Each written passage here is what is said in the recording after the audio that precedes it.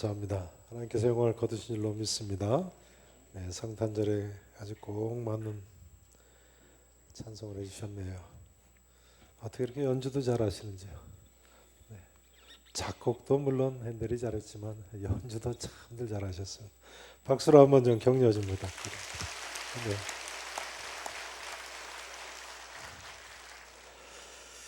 자, 2014년 성탄절이 이제 나흘 앞으로 다가왔습니다. 기대가 되시죠? 기대가 되시죠? 네, 성탄절은 기쁨과 평화의 절기입니다. 평화의 명절입니다.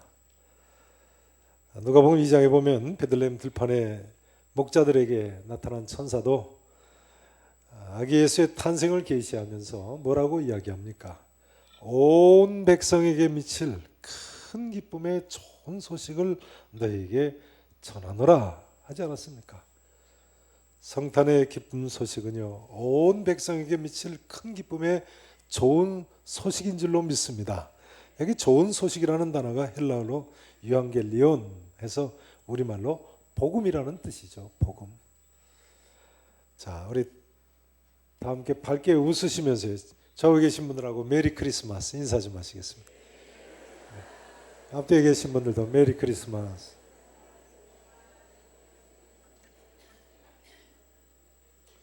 2014년 성탄절에 즐거운 크리스마스를 맞이하실 수 있기를 진심으로 축원합니다. 2000년 전 이 땅에 태어난 아기 예수는요, 무엇보다도 첫 번째로 우리가 죄사함을 받을 수 있게 되었음을 보여줍니다. 우리가 뭘 받을 수 있게 됐다고요? 죄사함을 받을 수 있게 됐음을요. 20절 21절 말씀을 보세요. 이 일을 생각할 때 주의 사자가 현몽하여 이르되 요셉, 예수님의 육신의 아버지인 요셉한테 현몽해서 계시했다는 거죠. 다윗의 자손 요셉아, 내 아내 마리아 데려오기를 무서워하지 말라. 그에게 잉태된 자는 무엇으로 잉태된 것이라고요? 성령으로 잉태된 것이라. 아들을 낳으리니 이름을 누구라 하라고요? 예수라 하라. 이는 그가 자기 백성을 그들의 죄에서 뭐 하실 자라고요? 구원할 자이심이라 하더라.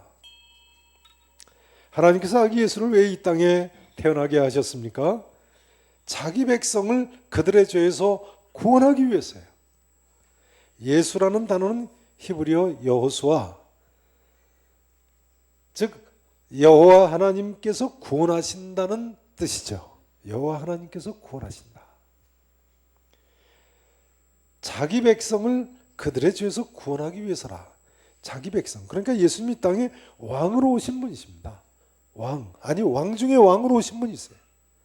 이 왕 중에 왕이신 예수님께서 우리들의 죄에서 구원해 주셨습니다. 그러므로 우리가 기쁘고 즐거움 가운데 살 수가 있게 된 것입니다. 인간은 유한한 존재이기 때문에요, 스스로를 구원할 수 없고 죄 때문에 멸망할 수밖에 없는 존재들입니다. 그런데 우리를 죄에서 구원해 주신다. 이것이 사실이기만 하다면 우리에게 그 이상의 큰 기쁨과 평화가 어디 있겠습니까? 그런데 오늘 본문 사도 마태의 증언에 의하면요, 아기 예수는 성령으로 잉태되신 하나님의 아들이시라는 것입니다. 예수님은 무엇으로 잉태되셨다고요? 성령님으로 말미암아요. 여러분, 이 사실이 믿어지십니까? 요셉이라는 사람은요, 이 사실을 알고는 약혼했던 마리아를 드러내지 않고 가만히 끊고자 했다고 했습니다. 조용히 파혼을 하려고 한 것이죠. 이것으로 볼 때 요셉은 처음에는 동정녀 탄생을 믿지 않았던 것이 분명합니다. 하나님의 아들임을 믿지 않았던 거죠. 마리아가 자기가 아기를 갖게 됐다고 자초지종을 요셉한테 설명하지 않았겠습니까? 그럼 누가 마리아의 이 말을 믿을 수 있겠습니까? 저라도 안 믿었겠습니다. 동정녀로 잉태를 하다니. 근데 오늘 본문에 의하면 그랬던 요셉이 어떻게 믿게 되었습니까? 꿈에 주의 천사가 현몽했기 때문에. 자, 20절 말씀을 다시 한번 보세요. 20절 보세요. 이 일을 생각할 때 주의 사자가, 그 다음 단어가 뭡니까? 현몽하여 이르되 다윗의 자손 요셉아 내 아내 마리아 데려오기를 무서워하지 말라. 그에게 잉태된 자는 성령으로 된 것이라고 이야기했다는 거예요. 그 다음 24절도 보세요. 24절 보시면 요셉이 잠에서 깨어 일어나 주의 사자의 분부대로 행하여 그의 아내를 데려왔더라. 그러니까 요셉이 꿈에 주의 천사를 보면서 변화를 일으켰군요. 인간이 동정녀 탄생을 믿는다. 예수님이 하나님의 아들이심을 믿는다. 쉽지 않은 것이 분명합니다. 근데 요셉이 드러내지 않고 가만히 끊고자 했던 것은요, 역설적으로 요셉에게 천사가 나타난 것, 그리고 마리아가 성령으로 잉태한 것을 오히려 더 확실하게 보여주는 것이라고 할 수 있습니다. 왜냐하면 도저히 변하지 않을 요셉이 180도 변해서 마리아의 말을 믿게 된 것이니까요. 그렇지 않으면 어떤 남자가 동정녀 탄생을 믿겠습니까? 그 사이에 하나님께서 역사하신 것이 분명한 것이죠. 그런데 미국의 저명한 조직신학자인 R.C. 스프롤 교수는요, 이렇게 쓰고 있습니다. 오직 말 한마디로, 잘 들어보세요, 무에서 유를 창조할 능력이 있는 하나님께서 동정녀 탄생을 하게 하신다는 것은 별로 놀랄 일이 아니다. 오직 말 한마디로 무에서 유를 창조할 능력이 있는 전능하신 하나님께서요, 동정녀 탄생을 하게 하신다는 건 별로 놀랄 일이 아니라고 그랬어요. 공감하십니까?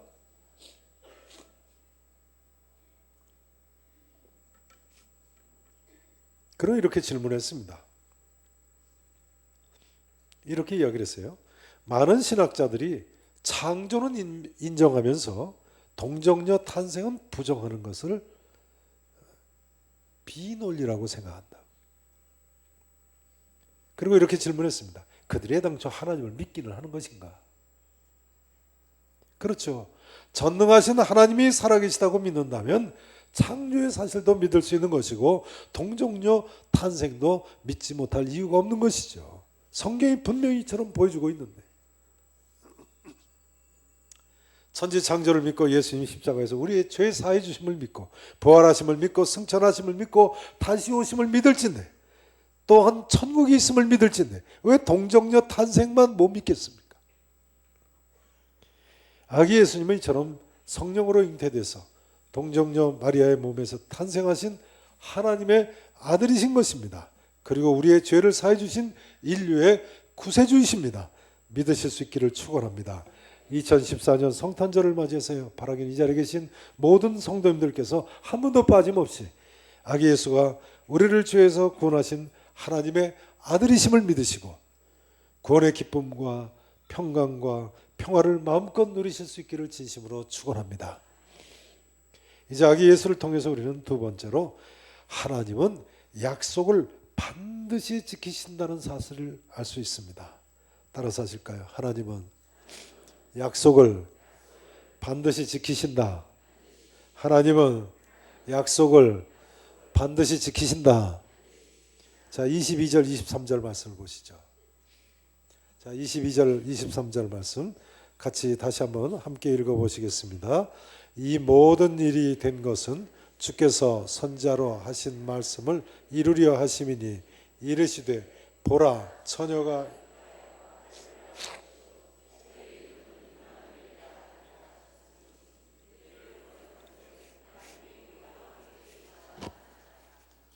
아멘. 거기 보세요. 이 모든 일이 이렇게 된 것은 주께서 누구로 하신 말씀이요? 선지자, 구약시대 선지자, 특별히 이사야 선지자로 하신 말씀을 이루려 하심이니 하면서 이사야서 7장 14절의 예언의 성취임을 보여주고 있습니다. 예수님이처럼 구약성경에 약속된 대로 오신 분이십니다. 특별히 구약성경 7장 14절에 보면 보라 처녀가 잉태하여 아들을 낳을 것이요 그의 이름은 임마누엘이라 하리라 예언되어 있는데요, 이 예언의 말씀대로 아기 예수가 동정녀 탄생을 통해서 낳은 하나님의 아들이라는 거예요. 참 놀라운 예언이죠. 예수님께서 처녀에게서 잉태될 것을 그보다 무려 700여 년 전에 이사야 선지자가 예언을 했어요. 자, 다시 한번 여쭤보겠습니다. 요셉이 이사야서 7장 14절 말씀이 아기 예수가 태어남으로 성취되었다는 사실을 어떻게 알았습니까? 20절 24절의 말씀에 보신 대로 주의 사자가 꿈에 현몽해서 요셉이 자다가 꿈에 하나님 사자를 만나서 알게 된 것 같아요. 그렇겠죠. 요셉이 아기 예수가 동정녀 탄생한 것이 구약성경 이사야서 7장 14절 말씀에 예언과 약속의 성취인지 어떻게 알았겠습니까? 요셉만이라 아니라 인류는요, 처녀가 잉태하여 아들을 낳는다는 이 구약성경 이사야서 7장 14절의 말씀이 무슨 뜻인지 아무도 이해하지 못했습니다. 이게 도대체 무슨 뜻인지. 근데 요셉에 의하면 마리아가 아들 예수를 잉태함으로 이 말씀이 성취되었다는 거예요. 그리고 꿈에 천사가 나타나서 어쩌면 가르쳐 준 것 같습니다.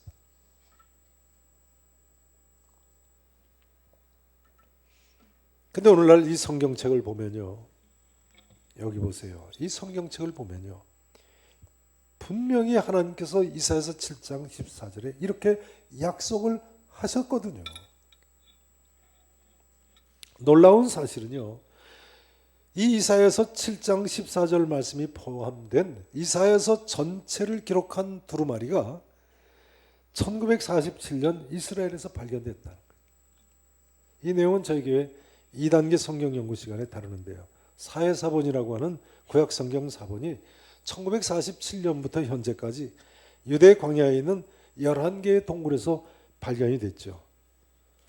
이 사해사본 중에 이사야서 두루마리가 1947년 맨 처음 발견된 동굴에서부터 발견되기 시작했어요.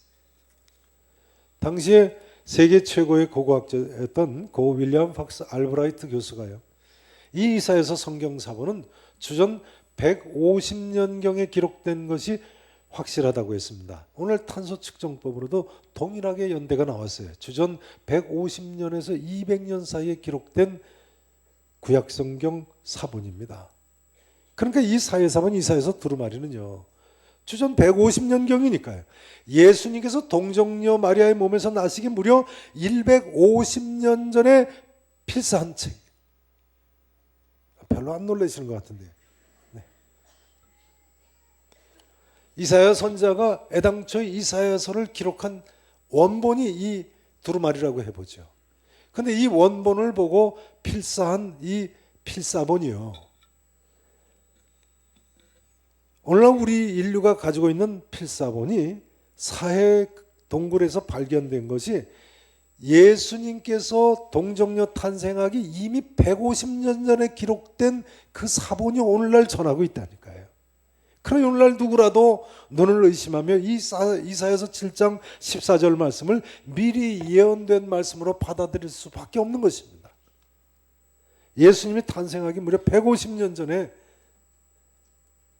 동정녀 탄생을 예언한 바로 그 귀절이 오늘날까지 전하고 있으니 말이죠. 여러분, 하나님께서는 한 번 하신 약속은 반드시 이루십니다. 하나님께서는 아브라함에게 하신 약속, 다윗에게 하신 약속 분명히 지키셨어요. 아브라함에게 약속하신 대로 그 자손들로 큰 민족을 이루고 복의 근원이 되게 하셨어요. 다윗에게 약속하신 대로 그 나라 위를 영원히 견고하게 하셨고, 나는 그의 아버지가 되고 그는 내 아들이 되리라 하신 약속을 지키셨습니다. 놀라운 점은 아브라함에게 하신 약속은 2000년이 지났고 다윗에게 하신 약속은 1000년이 지났는데도 예수님께서 이 땅에 오심으로 그대로 성취됐어요. 뿐만 아니라 하나님께서는 이사야 선지자를 통해서 하신 이 임마누엘의 약속도 동정녀 탄생이라는 희한한 방법을 통해서 문자 그대로 약속하신 그대로 이루셨어요. 그러므로 마태복음 1장 22절은 이 사실을 이렇게 증언하고 있습니다. 이 모든 일이 된 것은 주께서 선지자로 하신 말씀을 이루려 하심이니라. 하나님께서는 한 번 약속하시면 1000년, 2000년이 지나도 반드시 이루시는 분이십니다. 우리는 이런 신실하신 하나님의 약속을 믿고 사는 사람들입니다. 우리 인간은 입으로 약속하고도 약속을 잘 지키지 못합니다. 연약하고 유한한 인생들이니까요. 그러나 우리 하나님은 전능하시고 신실하신 신이십니다. 우리 하나님은 임마누엘의 약속을 동정녀 탄생을 통해서라도 반드시 이루셨습니다. 이 사실을 믿으시고 참 기쁨과 평강과 평화를 누리실 수 있기를 진심으로 축원합니다. 이제 아기 예수를 통해서 우리는 세 번째로요, 하나님이 우리와 함께 계신다는 사실을 알 수 있습니다. 자, 22절 23절을 보세요.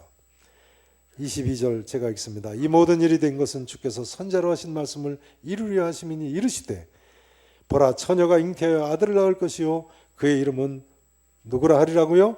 임마누엘이라 하리라. 히브리어로 이를 번역한즉 하나님이 무슨 뜻이라고요? 우리와 함께 계시다 하는 뜻입니다. 그러니까요, 이 아기 예수만 보면 우리는 하나님이 우리와 함께 계신 줄로 알 수 있는 것입니다. 분명히 구약성경 이사야서 7장 14절 말씀의 성취니까요. 여러분 요한복음 14장 8절 이하에 보시면요, 사도 필립이 예수님께 이렇게 요청하는 적이 있었습니다. 주여 아버지를 우리에게 보여주시옵소서. 그리하면 족하겠나이다. 아버지를 어떻게 달라고요? 하나님을 보여달라고요. 그리하면 족하겠다고 했어요. 그때 예수님께서 뭐라고 말씀하셨습니까? 나를 본 자는 아버지를 보았거늘 어찌하여 아버지를 보이라 하느냐 하셨습니다. 나를 본 자는 누구를 본 것이라고요? 성부 하나님 아버지를 본 것이라고요. 지당하신 말씀입니다. 예수님은 하나님이 우리와 함께 계신 편인분이기 때문에 그렇습니다. 믿으십니까? 혹시 아직도 나도 하나님을 좀 봤으면 좋겠다 그런 분이 계십니까? 2014년 성탄절 기간에요, 아기 예수를 보시고 이제는 그 의심을 버리시기 바랍니다. 아기 예수님은 하나님께서 우리와 함께 계시다는 분명한 증거입니다. 하나님께서는 분명 우리와 함께 계십니다. 아멘 하세요. 하나님께서는 분명 우리와 함께 계십니다. 여러분, 오늘 신혼가정 어린 아기들한테 유아 세례를 잠시 후에 베풀겠습니다만, 오늘 유아 세례 받는 가정에 여러 가정이 제가 문답을 하면서 보니까 제가 줄에 선 가정들이더라고요. 참 얼마나 좋은지요. 제가 결혼 주례하는 청년들하고 함께 식사를 하지 않습니까? 제가 함께 식사할 때마다 많은 경우 어떻게 만나게 됐는지를 물어봅니다. 근데 전에 한 청년이 어떻게 자기들은 만나게 됐다고 하느냐면요, 신부감 되는 자매가 한의원에 근무를 했답니다. 근데 그 남자 청년이 허리를 다쳐서 그 한의원에 갔는데 벌써 뭐가 생길 것 같죠? 본래 다니던 한의원이 따로 있는데 어머니가 부득부득 그 한의원에 한번 가보라고 해서 갔답니다. 근데 이 간호사가 남자 청년을 보더니 보자마자 저 침대에 가서 누우세요 그러더랍니다. 침을 맞으라는 거죠. 근데 이 간호사가 왜 그랬냐면요, 그 며칠 전에 그 남자 청년하고 이름도 같고 생년월일도 똑같은 청년이 그 병원에 와서 침을 맞고 갔다는 거예요. 그러니까 이 간호사가 이 남자 청년을 보자마자 그 청년인 줄 알고 저 침대에 가서 누우라고 그랬다는 거예요. 근데 이 남자 청년이 마침 쌍둥이 형이 있었답니다. 그래서 이 남자 청년은 우리 형이 언제 병원에 왔었나 그렇게 생각을 하고는 아무 소리 않고 침대에 가서 누웠대요. 근데 이 청년 말이요, 자기는 예수 믿는 사람하고만 결혼을 하려고 생각했기 때문에 결혼이 늦었다는 거예요. 그러니까 그날도 그 간호사가 예수 믿는 사람인지를 모르니까 별 관심이 없었다는 거예요. 자기는 뭐 그대로 믿어도 될지 모르겠습니다만 아무튼 저한테 그렇게 얘기를 했어요. 참 기특한 청년이죠. 뭐 그렇게 이제 침을 맞았는데 이틀 만에 허리 아픈 게 이제 다 나아서 그 청년이 그 한의원을 더 이상 안 갔답니다. 근데 그 직후에 쌍둥이 형님이 또 이번에는 그 한의원을 갔대요. 근데 이 간호사 아가씨가 이 형한테 동생은 안 오세요? 이렇게 물어보더라는 거예요. 그러니까 생년월일이 같은 날이니까 이제 알아본 거죠, 형이라는 걸. 그래 이 쌍둥이 형이 집에 와가지고는 자기 동생한테 야, 너 그 간호사 아가씨가 관심 있는 것 같더라. 한번 만나봐라. 그랬답니다. 근데 그 간호사는 그 쌍둥이 형의 동생이 누군지를 모르는 거예요. 먼저 왔던 그 잘생긴 남자인지 아니면 나중에 자기가 혼선을 일으킨 동생인지 그걸 잘 모르는 거예요. 그 동생 물어보니까 형은 또 자기 동생인 줄 알고 너 간호사 아가씨가 관심 있는 것 같더라. 한번 만나봐라 그랬다는 거예요. 그래가지고 이 남자 청년이 그 한우연을 다시 찾아가서 이야기를 나눠 보니까 이제 그 자초지종을 알게 되고 또 그 자매가 예수 믿는 자매라는 걸 알게 됐다는 거예요. 그러면 예수 믿는 자매만 찾던 이 남자 청년이 예수 믿는 자매 만나니까 쉽게 가까워지지 않았겠습니까? 근데 이야기가 여기서 끝나질 않습니다. 참 신기해요. 만나고 보니까 이 총각의 어머니의 친정이, 그러니까 외갓집이죠. 자기 외갓집이 전라남도 신안군의 비금도라는 작은 섬인데요. 목포에서 배로 한 4시간 정도 걸린다고 그래요. 근데 알고 보니까 그 신부의 고향이 같은 비금도 같은 동네더라는 거예요. 그건 참 희한하죠. 그러니까 우연히 만난 신랑의 외갓집하고 신부의 집이 같은 섬 같은 동네라는 거예요. 그러니까 부모님들끼리 한 동네 사람이니까 서로 잘 아시는 거죠. 그래서 야 이건 천생연분이다. 그래가지고 결혼을 하게 됐다는 거예요. 재밌으시죠? 근데 중요한 사실은요. 그 신랑이 노총각이었는데요. 바로 그 직전에 우리 교회 금요철에 꼭 3번 나와서 기도했다는 거예요. 하나님 장가 보내주세요. 3번. 여러분 무슨 문제 있으시면 저에게 금요철에 나와서 기도 좀 해보세요. 제가 그 두 사람 이야기를 들으면서 이런 생각이 들었습니다. 야, 하나님께서 만나게 하셨다면 눈에 생기가 도는구나. 저한테 그 이야기를 하는 두 사람의 두 눈이 반짝반짝 빛나가면서 얘기를 하더라고요. 하나님이 우리를 이렇게 만나게 하셨다. 눈에 생기가 돌더라고요. 그렇지 않겠습니까? 그런데 여러분 어떻게 생각하십니까? 우리 하나님께서는 사실은 그러한 특이한 경우만이 아니라요. 우리와 항상 함께 계시다니까요. 믿으셔야죠. 하나님께서 우리와 항상 함께 계신다. 대표적인 경우가 성탄절의 성육신 사건이라니까요. 그러니까요. 사실은 오늘 성탄절 절기를 지내면서도 우리 성도님들 눈이 반짝반짝 하셔야 됩니다. 자, 우리 좌우에 계신 분들 서로 눈 좀 쳐다보세요. 반짝반짝 하십니까? 네, 조울리움과 같은 눈은 그 임마누엘의 사실을 아직 실감하지 못하시는 분일 가능성이 있습니다. 하나님이 함께 계십니다, 여러분. 이제 말씀 증거를 마쳐야 되겠습니다.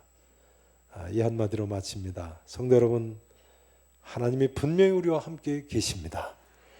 그러니 이제는 그가 누구라고 할지라도 예수 그리스도를 믿고 죄사함 받고 영원한 구원을 받아야 되겠습니다. 2014년 성탄의 절기예요. 이 자리에 모신 모든 분들께서 예수 그리스도를 믿으시고 구원의 기쁨과 참 평강과 참 평화를 누리시고요. 온 세상에 이 기쁨의 좋은 소식을 마음껏 전하실 수 있기를 우리 구주 예수 그리스도 이름으로 간절히 축원하겠습니다. 기도하시겠습니다.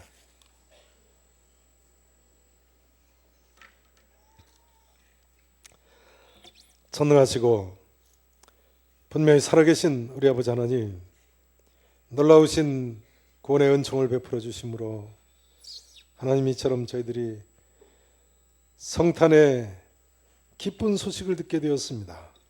주님, 이 시간 머리 숙인 모든 형제들에게 하나님이 나와 함께 하심을 확실히 알게 해 주시옵시고 믿게 해 주시옵시고 의지하게 해 주시옵소서. 임마누엘로 주님과 동행하며 영원한 천국에 이르는 그 순간까지 이 큰 기쁨의 좋은 소식을 드러내며 살 수 있는 죄 종들이 되게 하옵소서.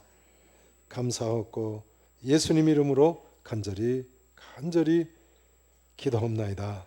아멘.